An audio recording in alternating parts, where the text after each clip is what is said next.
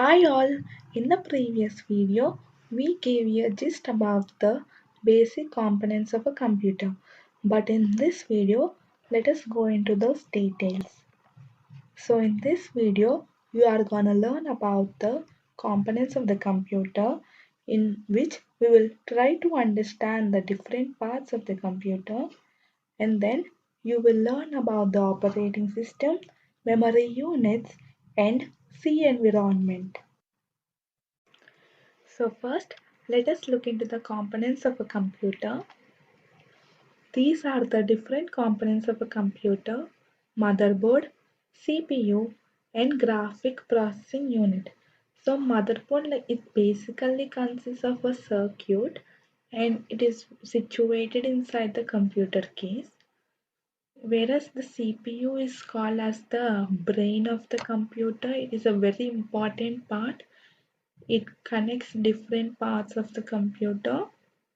Then graphic processing unit makes it possible for the computer to generate high visuals. So these are very important parts. So this is the blockchain diagram and it consists of input devices, the CPU and output devices.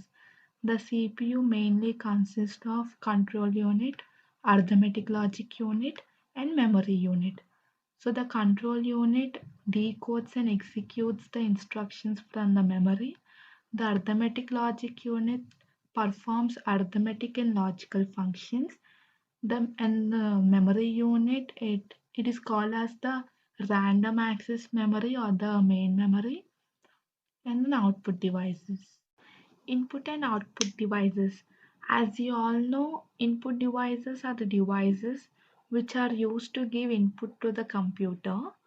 So the examples include keyboard, mouse, CD, camera, joystick, and scanner. And the output devices are used to give output from the computer. And these examples include monitor, printer, speaker, and projector. Now let us discuss about the operating system. Operating system is a software required to run the hardware parts of the computer and to give instructions to the compiler. A general purpose OS can be installed on many different desktop and laptop models and run applications from accounting system to databases, web browsers, games, and many more. The main functions of an operating system are storing, retrieving data in memory, retrieving files from storage devices, and scheduling tasks based upon priority. These are the few examples for the operating system: Windows, Mac OS, Unix, and Linux. Now let us discuss about the memory units. Basically, the computer memory is classified into primary memory and secondary memory. The primary memory consists of RAM and ROM. RAM is also called as a random access memory. It is very fast. It is a volatile memory, that is, all the data stored in RAM is lost when the power is lost. RAM allows your computer to perform many of its everyday tasks, such as loading applications, browsing the internet, and many more. RAM is further classified into dynamic and static. ROM. ROM is also called as read-only memory. It is a type of non-volatile memory, that is, it permanently stores data on personal computers and other electronic devices. It contains the programming needed to start a PC, which is very essential for rebooting. It performs major input and output tasks and holds programs or software instructions. ROM is further divided into programmable read-only memory, erasable programmable read-only memory, electrically erasable programmable read-only memory. Now let us discuss about the C environment. The first one is the editor. The program is created in the editor and then it is stored on the disk. There are many editors available in the market. The few examples are CodeBlocks, NetBeans, Eclipse, Atoms, and many more.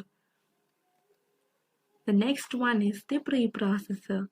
The preprocessor program processes the code before passing it to the compiler. The compiler converts the high-level language to the machine-level language. That is, it converts the source code into the object code. Then the linker. The linker links the object code with libraries and merges various files. Then the loader. The loader is responsible for loading executable files. It puts the program into the memory.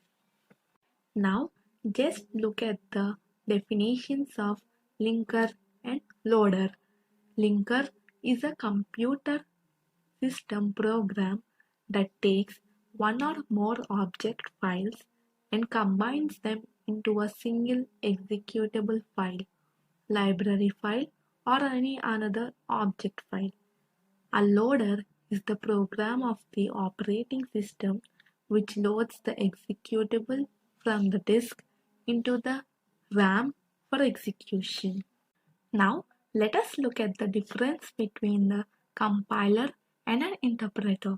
The compiler scans the whole program in one go, whereas an interpreter scans the program line by line. In the compiler, the errors are shown at the end.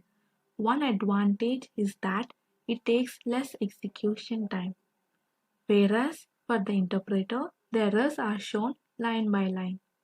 The compiler converts the source code into the object code, whereas the interpreter does not convert the source code into the object code. The interpreter is a much simpler software than the compiler, but it takes more time for execution. That's why compilers are most preferred.